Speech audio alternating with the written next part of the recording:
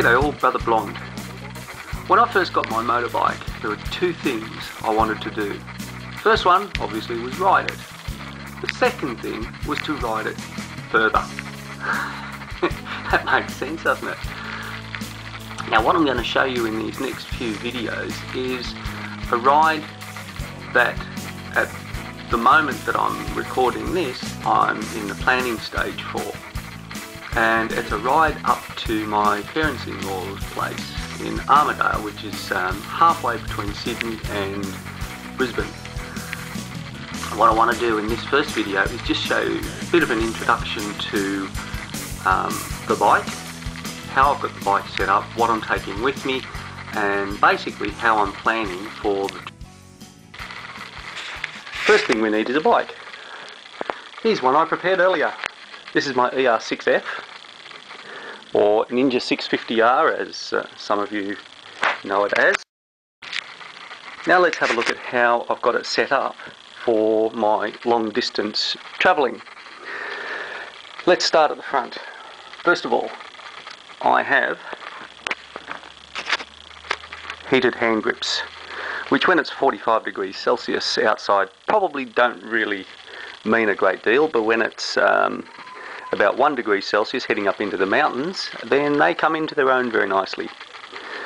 Next thing along here is my RAM mount, where I normally put my GPS, but since I know the way to my parents-in-law's place, I probably won't be using my GPS. I'll show you shortly what I will be using it for, however. Moving across here is my throttle lock. That's invaluable for long distance riding. All it does is locks the throttle. Next we come to the tank bag. What do I have inside the tank bag? Well, without getting it all out, I have my wet weather gear, I have some octopus straps, some USB connector thingies, which I'll show you the purpose for those shortly, tyre pressure gauge, a tubeless tyre puncture repair kit with the CO2 inflators, manual and license registration stuff. In here I have sunglasses. In here will be my my phone slash MP3 player, which hooks in there, and on the other side is the rain cover. At the back of the bike I have a Ventura luggage rack, or luggage bag, which goes on the Ventura luggage rack. At the moment it's empty, but it's going to have things like water, food and chain lube, because I'll be lubing the chain while I'm on the ride, which is a very good thing to do. Alright, let's have a look at some other stuff. Now under the seat in the back here, inside a little waterproof bag, is my Autocom communication system, and that takes signals from an MP3 player and even a UHF radio if you have one, and pumps it through this little thing here, and one on the other side for a pillion. So firstly we can talk to each other, and secondly I can listen to the radio and answer the phone and do things like that. But I'll be going solo on this one, so I won't have anyone to talk to except for you guys. The next extremely useful bit of equipment I have is a battery charger adapter thingamajiggy. I think that's the technical term, battery charger adapter thingamajiggy. Now what happens is, this is a cigarette lighter adapter. That's just hot wired to the battery because my electrical skills were not all that flash. And this is a USB cigarette lighter adapter that goes in there, and as you see the light is on because it's hot wired. USB plug goes off the screen and out of view. When I get it back in view, it plugs in there, and then we can power whatever is on the other end. I've got a few different adapters.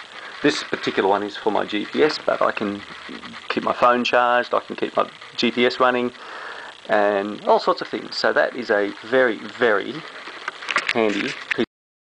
I think one of the most important things a person needs on a long trip is a comfortable backside. So here is my Airhawk air seat.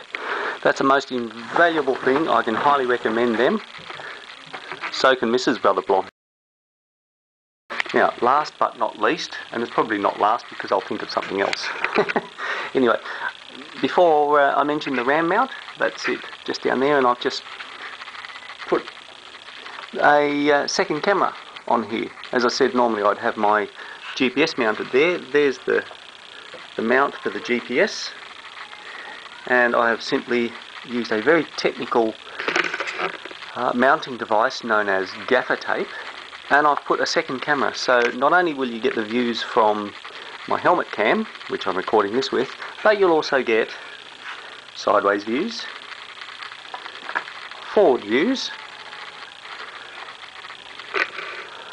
and looking back at me view, sort of like that, except with a helmet so you won't be able to see my face. So there's a blessing for you. And in addition to that, I will have my overnight bag strapped to the back seat there with boring stuff like clothes and toiletries and things like that. So I hope you enjoy the little tour of my touring bike, and we'll be getting underway on Wednesday the 9th, and I'll be coming back on Saturday the 9, 10, 11, 12th.